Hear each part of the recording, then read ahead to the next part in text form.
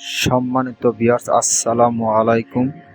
আজকের এই পর্বে আমি আপনাদের দেখাবো কিভাবে মিডিয়া 2 টন এসির E0 আসে, E0 প্রবলেমটা আছে এটা কিভাবে সমাধান করবে।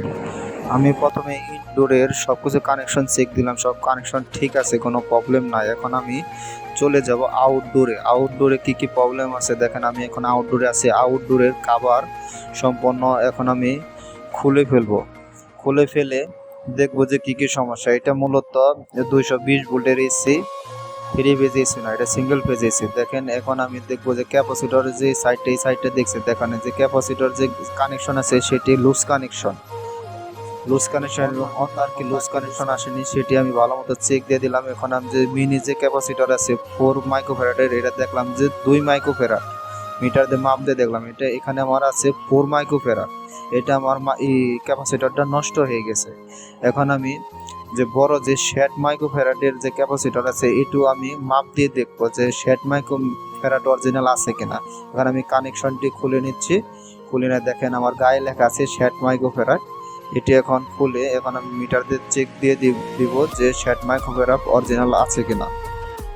এখন আমি মিটারের দুইটি যে নব কানেকশন আছে সেটি ধরে দেখলাম যে আমার মিটারে কোনো কিছু দেখেন শো করতেছে না, তার মানে এই ক্যাপাসিটরটা এখন আমার নষ্ট।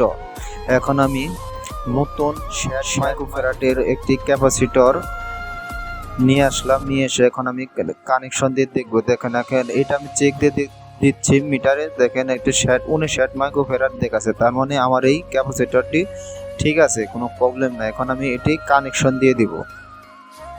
ক্যাপাসিটরে পূর্বে যে কানেকশন ছিল ঠিক ওইভাবেই কানেকশন দিবেন, উল্টাপাল্টা করলে কিন্তু মেশিন চলবে না এবং শর্ট সার্কিট বা দুর্ঘটনা ঘটতে পারে। যেভাবে যে তার ছিল সেভাবে কানেকশন দেওয়ার চেষ্টা করবেন। এখন দেখেন কানেকশন দেব, কানেক্টরগুলো সুন্দর মতো চেক করবেন যে টাইট মতো লাগছে কিনা। এখন আমি যে 4 মাইক্রোফ্যারাডটি ছিল সেটি পিন টাইপ মাইক্রোফ্যারাড ছিল, কিন্তু আমার কাছে পিন টাইপ ছিল না, তার সিস্টেমে এখন আমি ওই জ্যাক টাইপ যে মাইক্রোফ্যারাড ছিল সেটি আমি এখন নবটি কেটে আমি এখন প্লাস দিয়ে দেখেন ইনসুলেশন ছুলে এখন আমি পিভিসি টেপ দিয়ে কানেকশন করে নিব, জয়েন্ট দিয়ে কানেকশন করে নিচ্ছি।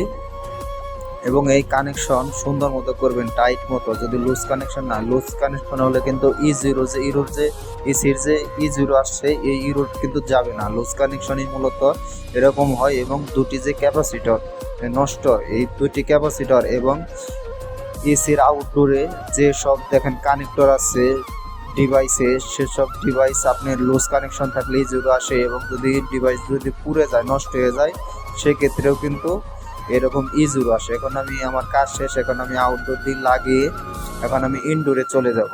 সুন্দর মতো আউটডোর লাগিয়ে দেখেন আমি এখন ইনডোরে চলে আসছি। ইনডোরে যে আমি ডিসপ্লে যে সব খুলছিলাম সেগুলো সুন্দর মতো লাগিয়ে এখন পাওয়ার দিলাম।